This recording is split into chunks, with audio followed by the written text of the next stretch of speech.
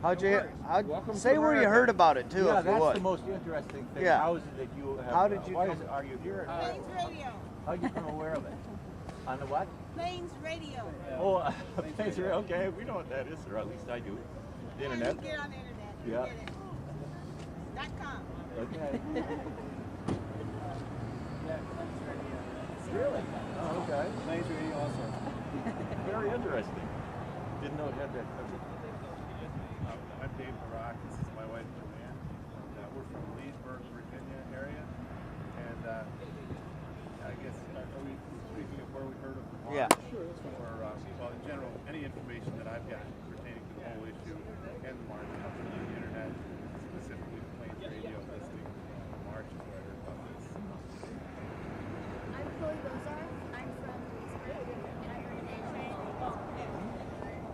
I'm Cindy Doty, and I heard it from the right side of the mic blog, and I'm from Fairfax, Virginia. I'm Heidi, Cindy's neighbor, and I heard it from the right side of the mic. I'm Peter Anderson, and I am retired from the federal government. I spent about 40 years in the federal government, the Marine Corps, and with DEA and INS, and I'm an attorney. I picked up on this thing about 6 months ago or so.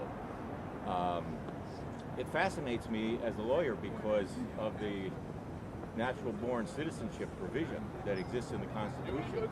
And though it's been there since the beginning, it hasn't really been given much attention over the years. Actually, I don't think we've had but a very few court decisions that address the language that's in the Constitution.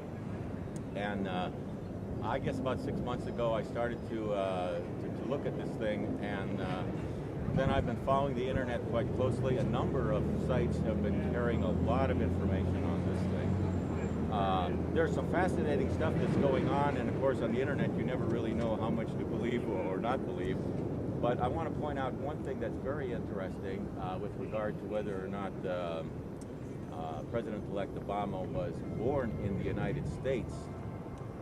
I still believe that African Press International is going to be coming out with a tape that they reported from Michelle Obama.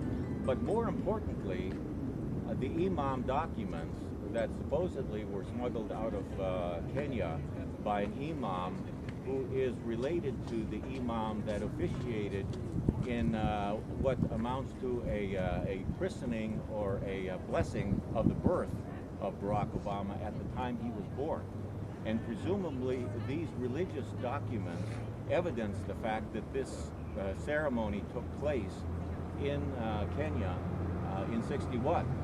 So, you know, these documents have not become known yet, although the African Press International claims that they are in the possession of the right people. I'm not sure who they are at this moment, but there's a lot of stuff that's yet to come out. And the other thing that's very important about what we're doing here, especially if there is some cloud over this issue of whether President-elect Obama has the authority to become the president, is that everything he will do as president is without authority. That is, it's ultra virus under the law.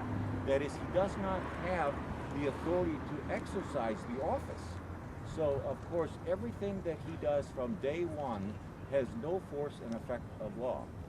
So you can imagine what that would do down the road if he was allowed to remain in office and then was found later to not have the proper authority to be president.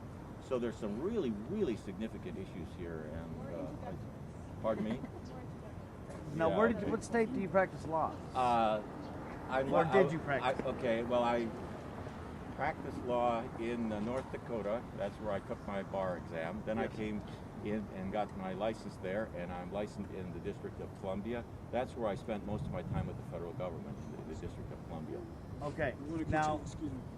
We're starting over. Yeah, I don't want to take up all your time, but I presently live in Springfield, Virginia, and we can talk more later. Move forward. Thank you. Appreciate it. If we're just doing introductions, I'm Julie Mengi. I came up here from Williamsburg, and I learned about this on the internet because you're not going to hear about it anywhere else these days. And I can talk more about it later, but that's my introduction. that way. My name's Roger. I'm from Bethlehem, Georgia, and I learned about this on the internet as well. I have YouTube videos as well on the subject. I'm Brenda Martin, and I'm from North Carolina, and I found out about it through the Plains Radio. Say that one more time.